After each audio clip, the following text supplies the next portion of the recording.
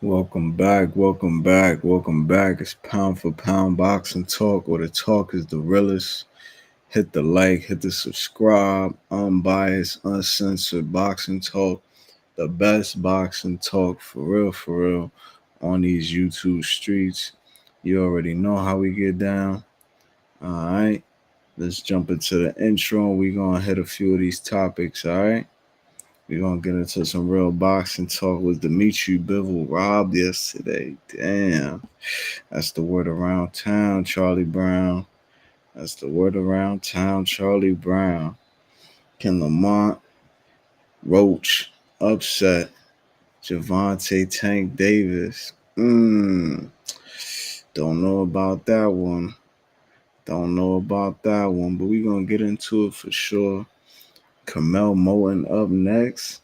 Is my young bull, my number one prospect. Is he up next? The money team, TMT. Is this going to be his era, his time coming up now? Is he going to be the face of boxing? I think so. And of course, it's Sunday. We're going to start a new trend. Every Sunday on the Lord's Day, we give thanks. Every Sunday, we got to have a segment for the best ever, the greatest boxer of all time, the number one in history, not Muhammad Ali, not Mike Tyson, not Sugar Ray Leonard, not Sugar Ray Patterson, not Sugar Ray Robinson. None of them is Floyd, Joy, Pretty Boy, Money, Mayweather, Jr. Now let's get into these topics, man. Let me jump into the intro. You know what it is.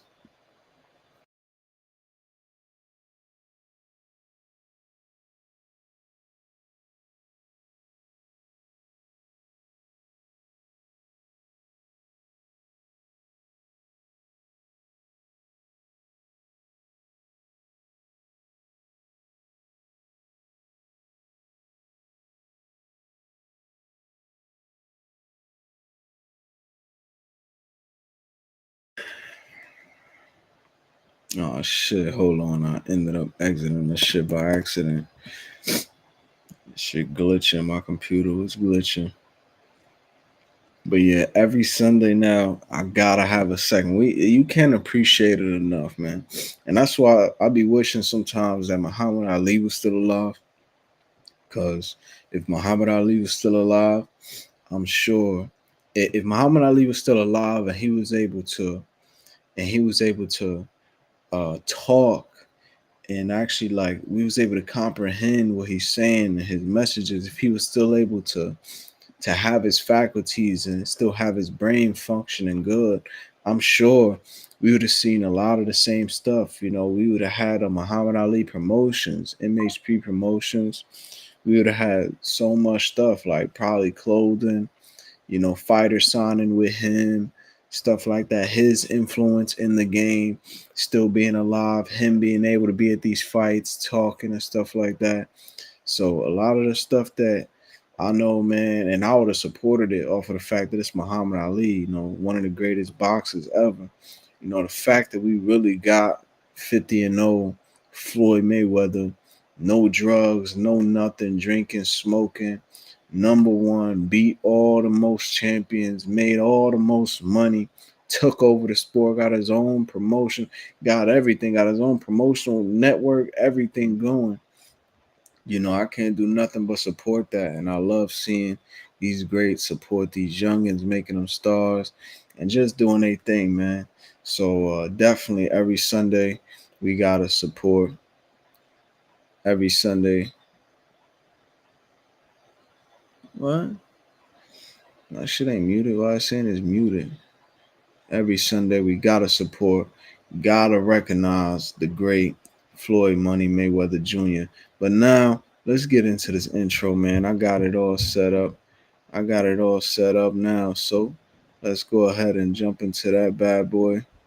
And we gonna get it going with these topics, man. It's pound for pound boxing talk where the talk is the realest. You already know. Alright, let me mute up now. Jump into this intro. Let's get it. If this shit ever loads, because it's going super slow. There we go. Boom. All right. We look.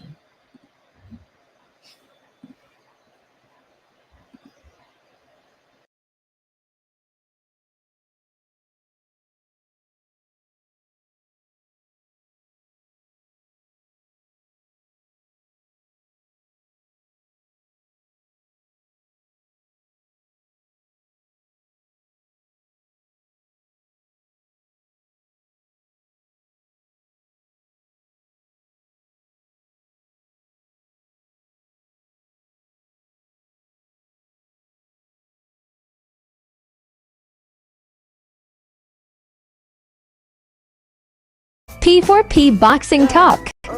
Unbiased Boxing Channel.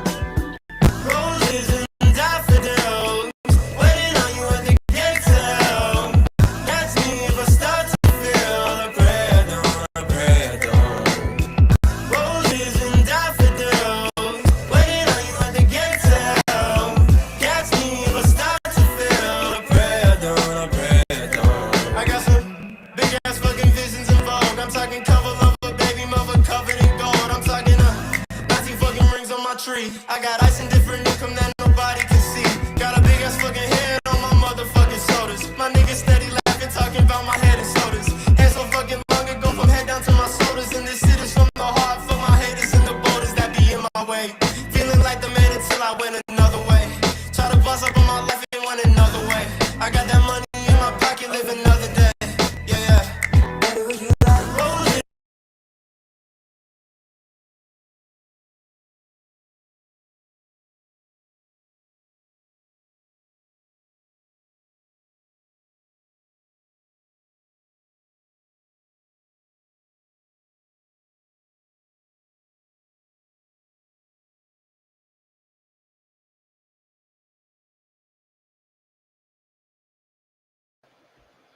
Okay, yeah, I think I did it right. It probably glitched a little bit.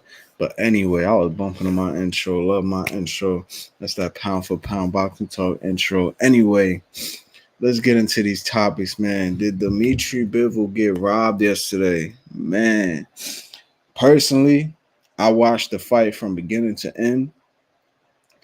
Personally, I wouldn't use the word rob because to me, if a person get robbed, it's like a clear.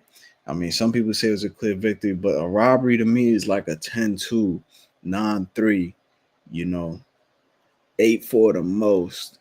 Then I'll be like, damn, it was a robbery. Like somebody just straight dominate and stuff. If somebody straight dominating them, if it was Terrence Crawford, Errol Spence, and they gave it to Spence, at the end, if it went to the center, that's a robbery. You feel what I'm saying?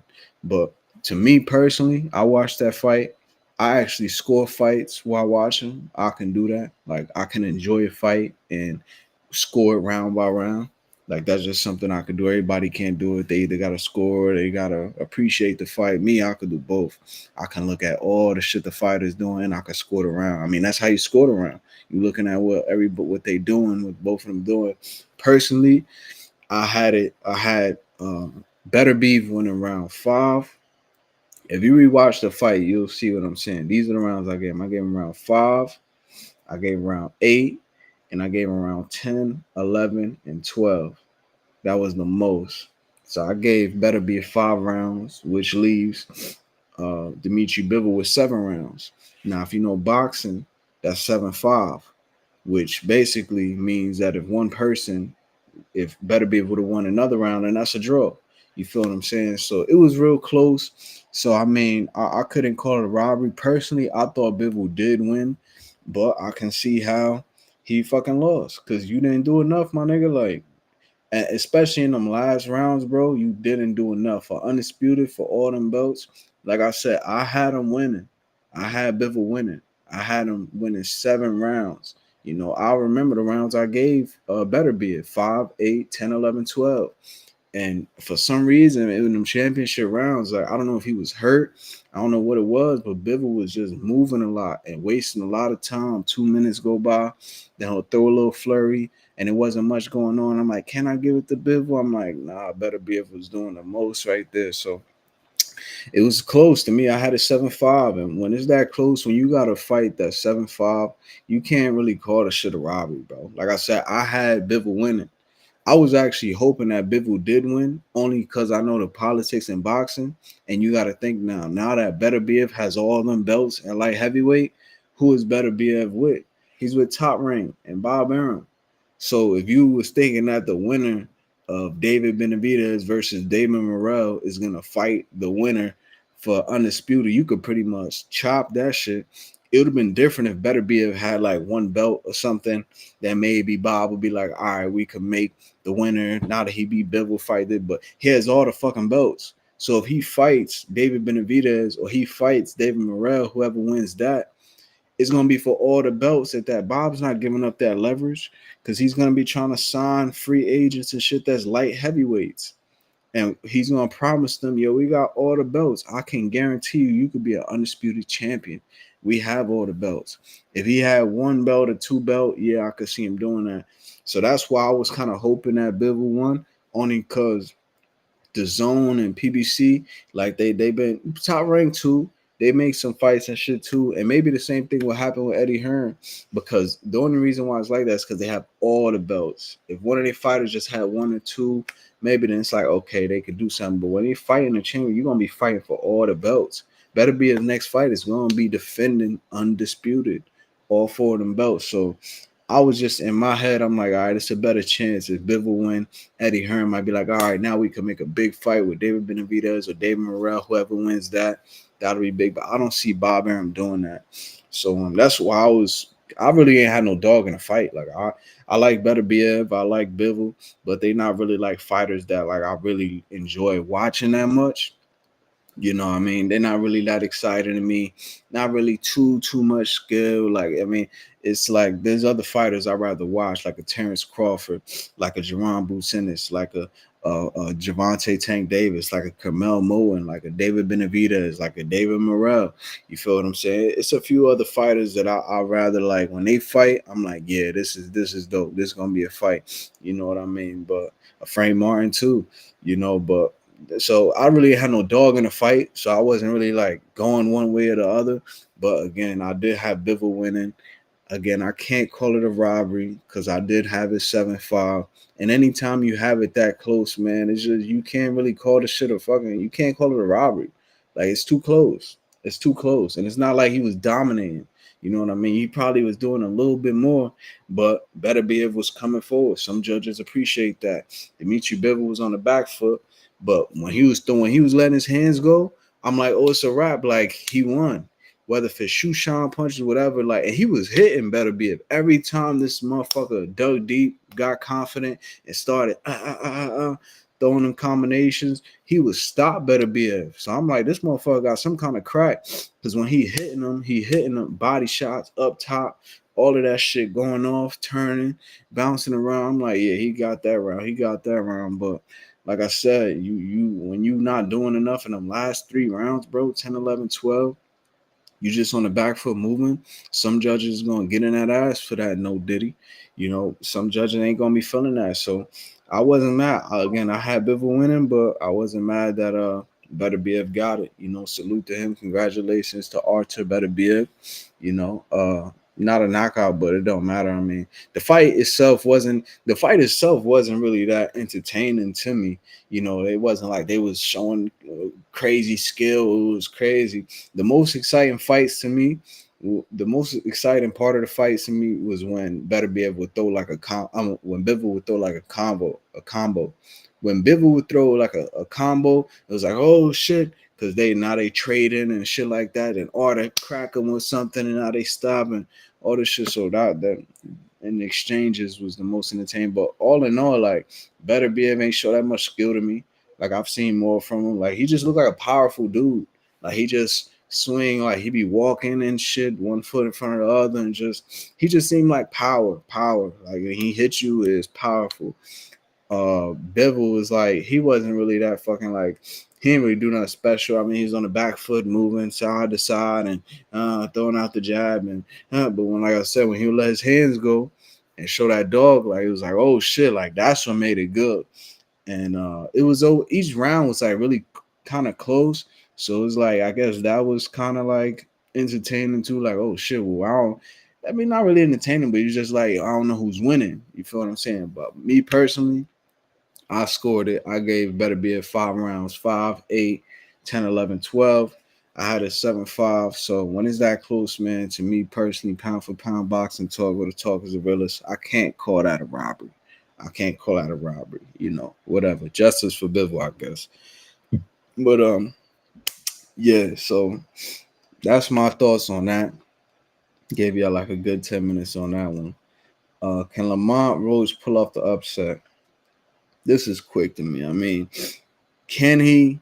Yes. Can he upset Tank? Can he upset Tank? Yes. He can upset him, but it's possible.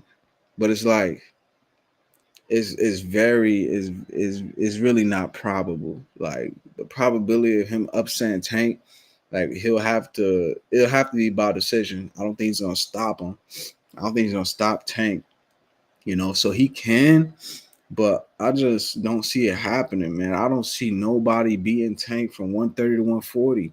I mean, a lot of people contributed to his knockout, but to be honest, even if Tank, let's say Tank had the power of a Shakur or Tank had the power of a Devin, these dudes that everybody's saying, to me, Tank's already the best at 135.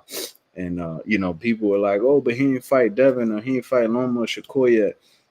To me, he fought his toughest fights. Like he already, to me, Frank Martin to me was the toughest dude at the time, the toughest dude that he could fight at 135. And I was calling for that fight before they fought because I saw Frank. Frank got them skills. He got that jab, combos he could crack. He's like 18-0, some shit like that with 14 knockouts or something. Like he got heart. You know what I mean?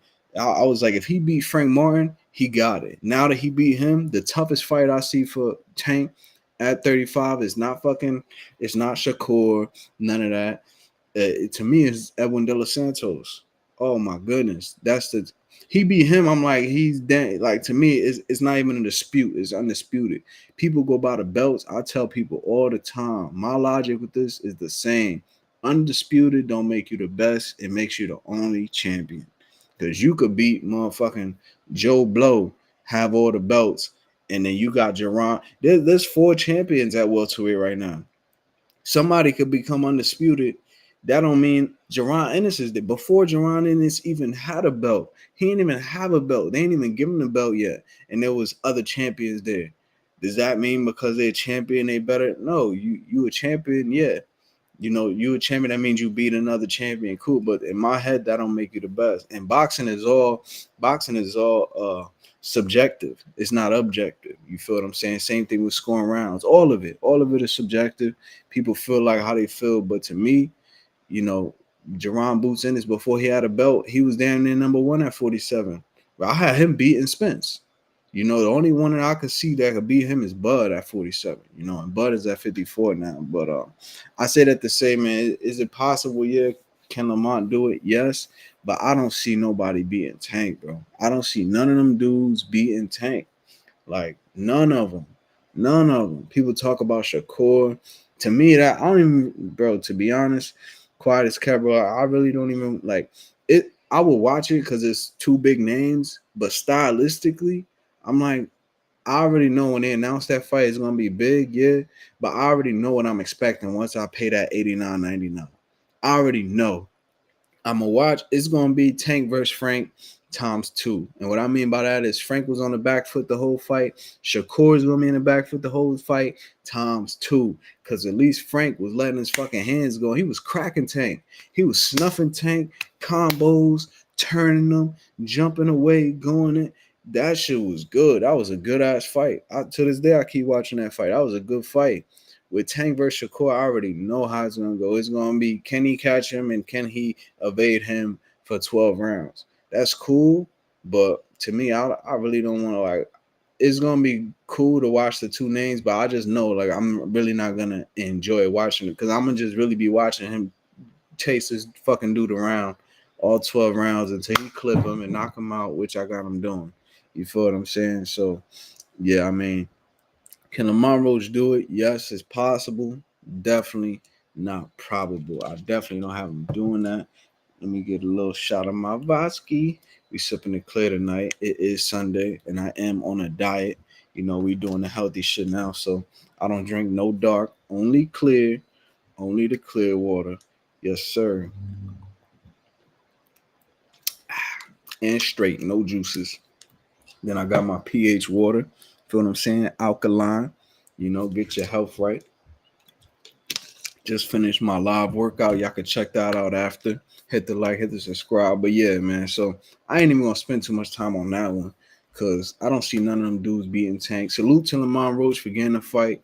I'm glad you about to get a big payday, bro. I'm glad you get to show your skills in front of the world. Feel what I'm saying? Put on for your city and all that. You know, and I'm gonna watch. I'm gonna definitely watch. I think it's gonna be an entertaining fight. You know, the outcome is the same for me. You know, Tank by knockout, but that don't mean I'm not gonna enjoy it. And I know Lamont is gonna do his thing. You know, he gonna go in there and make a good show of it. But Tank is just too skilled. Like I was gonna say before, even if Tank had the power of a Shakur, of a Devin, because those are the top dudes they're comparing him to, I still think he beats him. Only because to me, Tank is not just the power with Tank. I think he got better defense than both of them. I think he got better skills than both of them.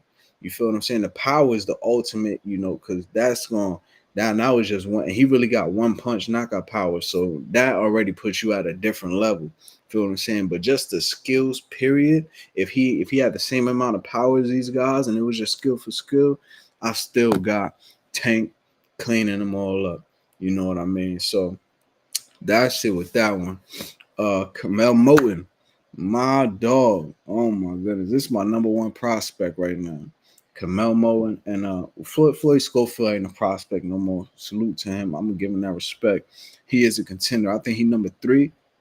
He's either number 3 or number 2 in the WBA, which is all rankings. You know, it's pound for pound boxing, so I really don't give a fuck about the rankings and shit like that. I mean, they make that shit up. Somebody in the office, somebody that probably ain't even as good as me when I look at this shit. So, you know, but he is number 3 or something like that in WBA. He's ranked high. He's a contender. But my number one prospect right now, man, is Curmel Big Deal Moton. I call him Curmel Motor Moton because he's like a fucking motor. When he in there, he just keep going and going and going. That motherfucker got a motor on it. He just defense quick, everything faints. Man, when he's every time he step in the ring, it's exciting. I think he's definitely up next. I don't think it's a question. I don't think it's a question. 3 fighters I enjoy watching the most: Javante Tank Davis, Terrence Bud Crawford, Curmel Moton. You can't be bored. Feel what I'm saying? Terrence Crawford last fight was like, because of his opponent doing fucking 60 feints every round, just fainting, every 2 seconds, fainting. So it threw him off.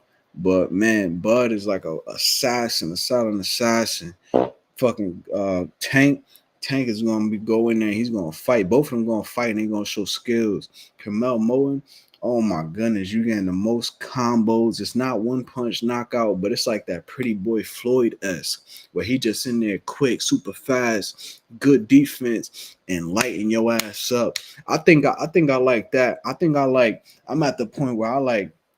When I think about it, I like TKOs more than I like KOs, because a TKO is like a motherfucker just lighting that ass up to the point where I like a stoppage with a ref, your father, the doctor. Somebody got to stop this shit, because somebody just, and that's how Floyd used to give it up. Boom, boom, boom, boom, boom, on you like a monkey, just jump. Let me not say that monkey, because Teofimo, he fucked me up with that, all that monkey shit. So I'm not even gonna say that. I meant to say like a gorilla, like he just on you like that, but it's not a good time to be using those references.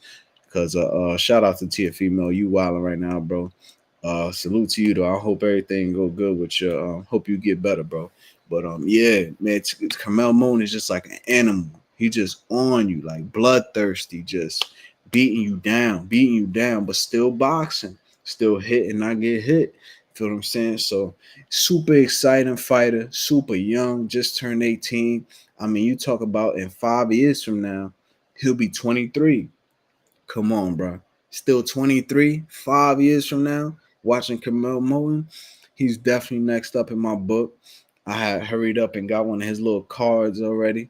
You know, he man, it's just he's one of my favorite people to watch. Like he could fight every day. I'm watching every Curmel Moton fight. So he's definitely up next. Definitely gonna be pay-per-view worthy.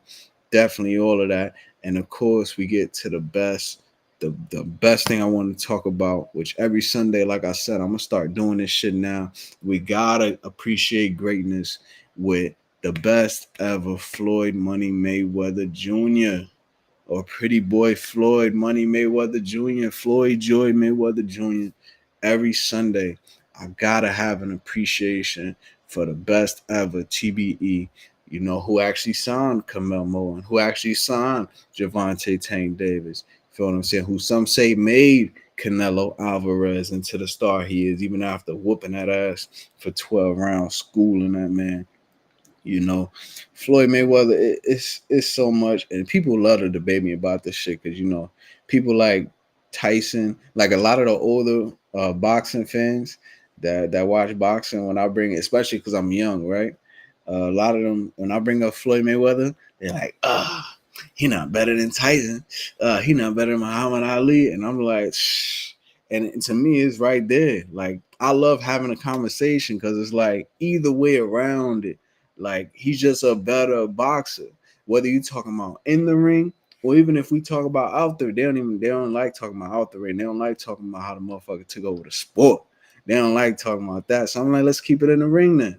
Let's keep it in the ring. When you talk about the most accurate fighter of all time, the most defensive fighter of all time, the fucking punches accuracy, all of the most 50 and 0, 50, 50 stars on the flag, 50 and 0, the most world champions beat, the most consecutive world champions beat. It's not this dude, now I'm gonna pick a cherry, now I'm gonna pick no. We talking about champion, champion, champion, champion, champion, champion, champion, champion, champion, champion, champion, champion, champion, champion, champion, champion, and it goes on. Like this dude was ducking no smoke, man.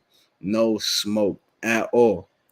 So what I wanted to do, I don't know if they would allow me to do this. I hope this dude don't flag it because I'm really liking this live that I just did now. If anything, I can see if I can go back and cut it if they flag it or whatever. But I want to share my screen, and we got to get into like it's just an appreciation, man. Like just in matter of fact, I'm gonna show my intro because my intro is called Pound for Pound intro. Haters can't touch me, and that really just mean like motherfuckers haters can't touch me. Like I don't care what y'all got going on. There's a bunch of YouTube. It's funny watching these people beef on YouTube over boxing.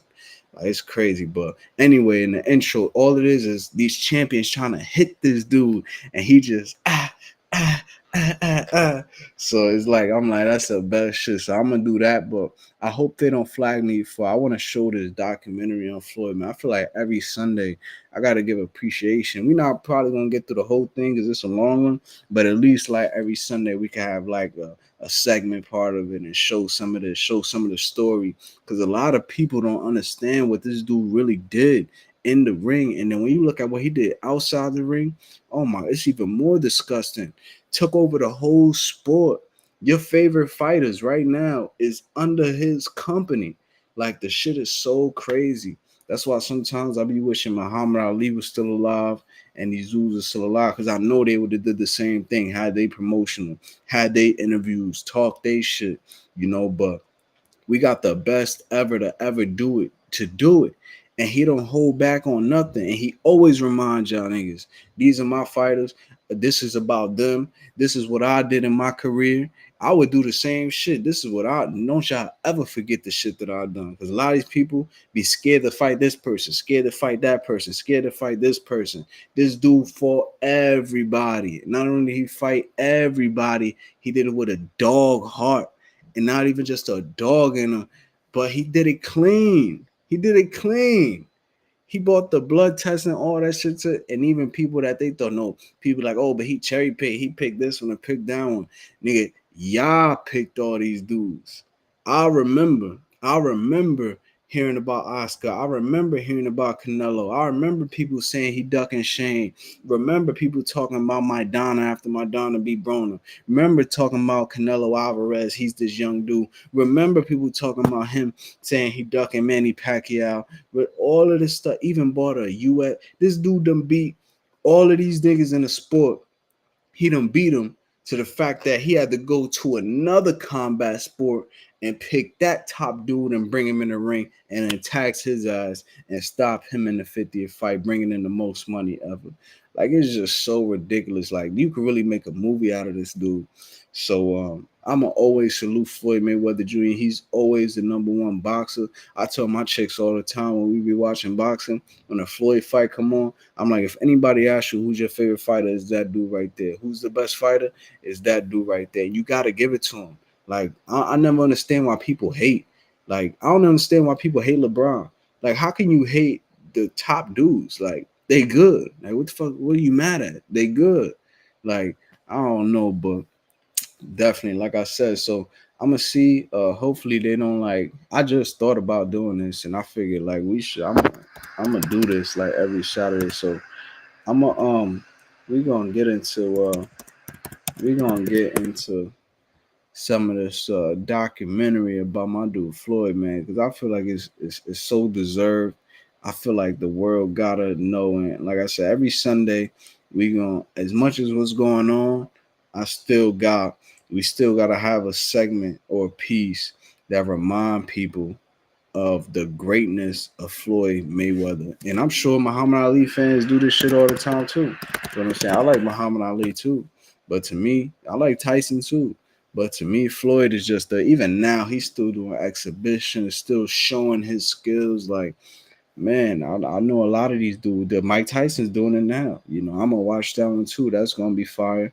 But man, I feel like it's definitely deserved, and I feel like we have to. I feel like I have to do it. So every Sunday, you know, no matter what's going on in boxing, we gonna talk about it, and definitely got to give a segment to my man Floyd Joy Mayweather Jr. So, so here it is. We gonna get into this. I'm gonna share my screen, and we just gonna rock out. We gonna chill for a little bit. If somebody pop in the chat, you know, y'all can pop in the chat, whatever. If not, cool. I'm gonna be here macking, period. Cause like I said, I just finished working now. Washed my ass. Had to get some extra money today. Probably gonna go out in a little bit, have some cranberry, meet up my peoples. You know, just kick it a little bit, R&B night. So right now I'm just kicking a little bit pregame and chilling. So definitely, you know, get into some of this Floyd Mayweather, man. Show some appreciation to the God, you know, for everything he did and everything he did for the sport. I wish I could rewatch his whole career all over again, man. Like it was like that. Like it's like that. Like ain't nothing better to me. We could argue all day and it's fun. So let's get into it, man. I'm gonna start it from the beginning. Hopefully they don't flag. Who is this? Remus Boxing. Shout out to Remus Boxing. Shout out to you, bro. Great work. Never seen a documentary this good. Like so detailed and so accurate. Like everything was just perfect how you did that. This is the best thing that I've seen. So for 15 million views, like it's well deserved. You know what I mean? So hopefully you don't flag me, whatever. Give me your credit, but if so, I definitely will chop that shit out and lead his videos. We had some good box talk so far. The chat ain't really bumping like that because I'm just starting to get back on my shit, but it's okay. My shit gonna be jumping by next year, and it's gonna be the best chat and the best channel, boxing channel on YouTube for sure. Like I said, I do be doing live workouts and shit, so y'all can do that too. We can talk about life. We can talk about whatever y'all want. You feel what I'm saying? So yeah, that's what you get on Pound for Pound Boxing Talk. This shit is gonna be a real good community. It's gonna be the best community. Watch, mark my words. I'm gonna be more consistent on this shit. We gonna have some good people, good energy in this motherfucker. So anyway, let me go ahead and share that. I'm gonna leave my little screen on the bottom. You know, I'm gonna sit a little bit, do my thing. I'm gonna just mute up, and somebody pop in the chat. I'll talk to y'all, whatever. But if not, we just gonna sit back and enjoy the motion, man. We gonna sit back and enjoy what's going on. So once this shit load, there we go. I need some. I gotta figure out if it's a streaming thing or what it is. But I gotta get to that. I gotta get to that to make it better. Cause it'd be like lagging and shit. It'd be like lagging. Don't know why, but it do. All right, let's start this from the beginning.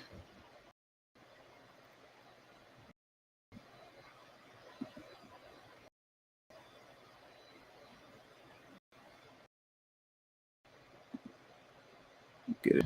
All right, there we go. Let me see. Mute. I'm gonna mute up.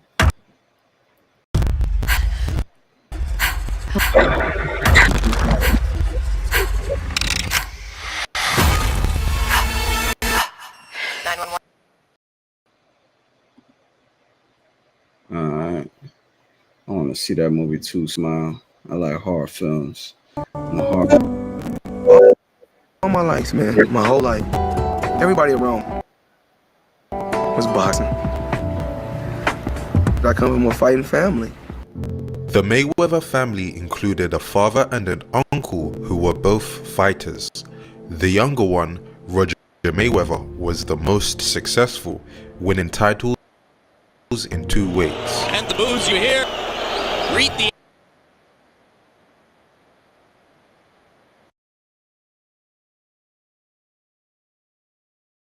fighters, Roger Mayweather. Roger had even fought a young Pernell Whitaker before Pernell was a champion, eventually losing whilst taking Pernell the full distance. His father, Floyd Mayweather Sr., was a respected fighter and had once fought the young Sugar Ray Leonard early on in Ray's career. Before going on to greatness, Ray Leonard won the match after the two battled it out in a grueling 10-round fight. But for Floyd Sr., his career was tragically cut short after a family shooting at the Mayweather home. Floyd's father was shot in the leg by his mother's brother when Floyd was just 1 year old, and at the time, his father was holding him in his arms, trying to discourage the shooter from fatally aiming at the chest. It was really a roller coaster ride, you know. People kind of know the background of Floyd Mayweather. You know, I stayed in Jersey. I lived with my mother. 7 of us lived in a 1-bedroom. You know, at one particular time, my mother was on drugs. My dad had been shot by my mother brother. You know, sometimes I would stay with my grandmother. Of course, she was cleaning up offices and cleaning up hotel rooms. And my dad, of course, you know, he hustled. You know, in the inner city. Eventually, you know, I moved back to Grand Rapids, Michigan, with my father. You know, I asked my mother, can she move back also? And she eventually moved back to Grand Rapids, Michigan. And I was happy when she moved back, but she was back on drugs. You know, I seen my dad sell my mother drugs. You know, just those are things that I went through in life. Not only was it a tough life, but it was also tough love. You know, my father, anything, my father would beat me for anything I done. I don't care if it was, I may not even done it. My dad was real hard on me, I couldn't make no mistakes. You know, if I make a mistake, you know, my dad, you know, kind of, you know, cuss me out, slap me, check me. And it was that tough love that translated into a tough training regime. People say, Dad treat me like he was in a boot camp. You know what? Look at him today. Believe it or not, I started training my son when he was a baby, right in the crib. I took his hands and started doing that. Pretty soon, my son started doing that on his own. I couldn't believe it. I used to just go to the gym and just, you know, stand on a chair and hit the speed bag. And, you know, after hitting the speed bag for a few years, I got good at it. So when I was 4 years old, I know how to hit the speed bag like a professional. Floyd's father began to coach his son day in and day out, and the youngster fell in love with the sport. As an amateur, Floyd accumulated an 84-6 record, and he won 3 national Golden Glove tournaments along the way. At just 10 years old, he was described as being able to do what 19-year-olds could do. It felt good, but it was very hard. I had to struggle, you know, struggling fights. First, I want to thank the good man upstairs for giving me this opportunity to win the national championship. And second of all, I want to thank my father. The best in the Midwest, I must confess. For all the rest is no contest.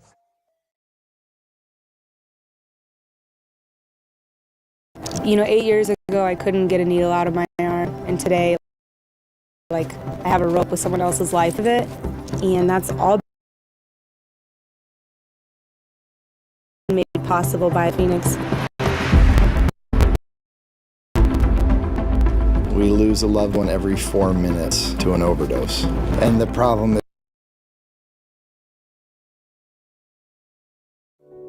but the Mayweather world would be turned upside down as Floyd's father was convicted to 5 years on a drug charge.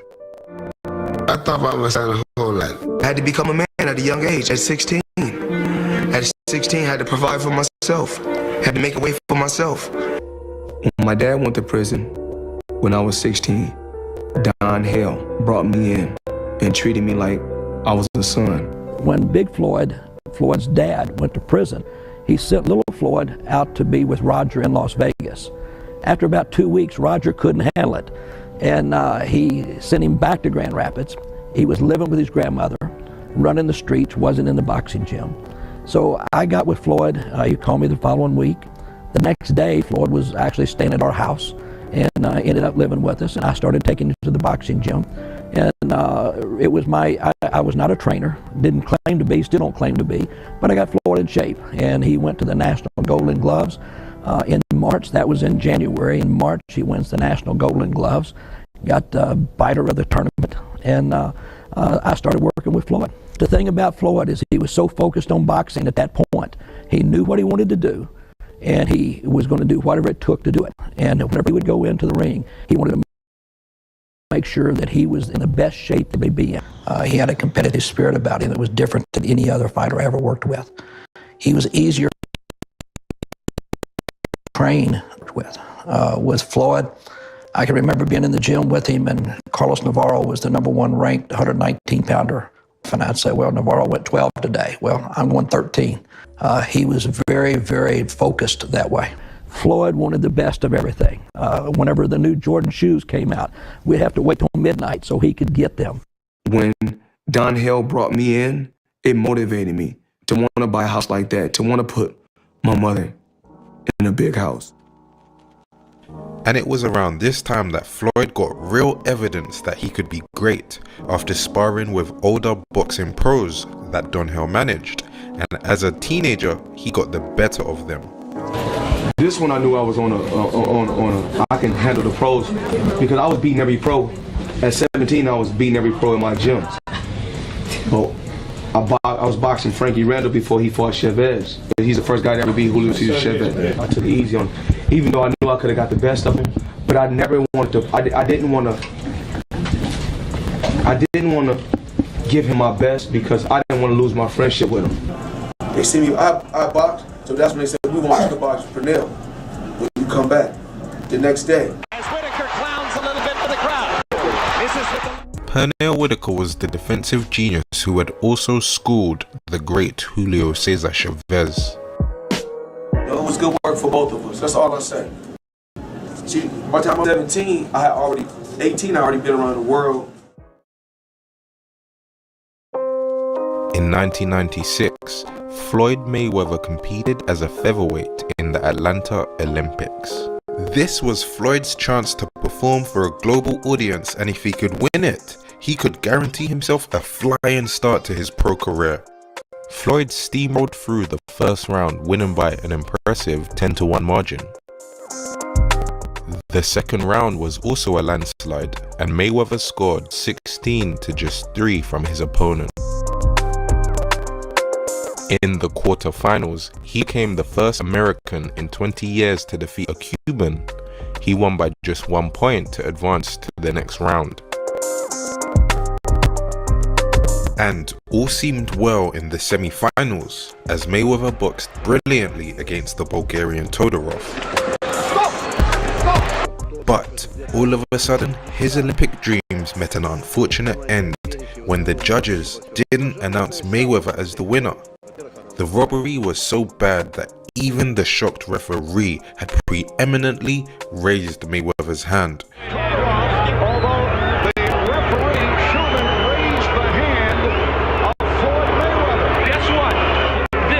good decision. They need to get rid of the whole system and get a new establishment to control amateur boxing. We all know I got ripped up, you know. I got to live with it, you know. I'm just going to, take my bronze medal, and go home, and, it's time for me to turn professional, I can't deal with this amateur boxing anymore. If anybody with one eye and 90 years old can tell me that Floyd Mayweather didn't score at least 40 blows in those 3 rounds, Floyd Mayweather won that bout. May 2nd, he should have a gold medal hanging in his corner, but he didn't get her, did he? I think that, I don't really want to say I won a bronze medal. I think it's best to say I received a bronze medal, because you can't win a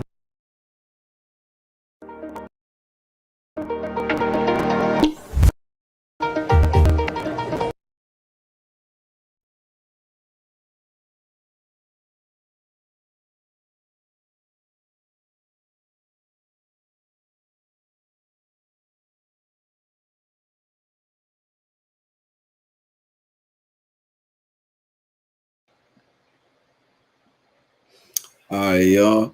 So we made it right there. Feel me? They robbed my dude Floyd in the Olympics, but he came back and took over the game.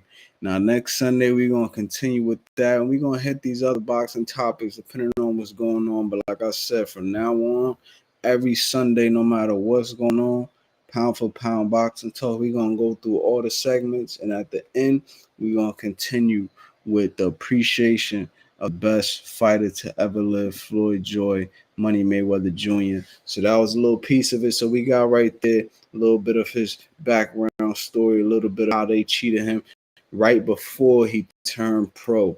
And so now next week, we're going to jump into when my man turned pro and smacked everybody's fucking way. But right now, you feel what I'm saying? We good, we done. We're just going to get into the outro, and I'm going to catch y'all again.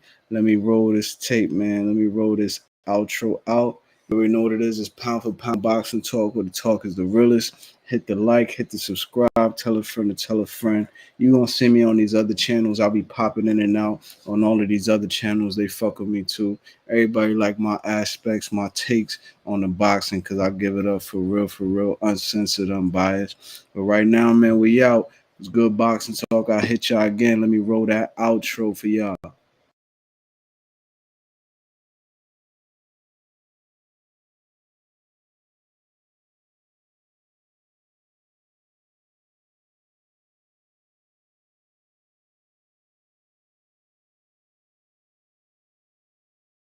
P4P Boxing Talk.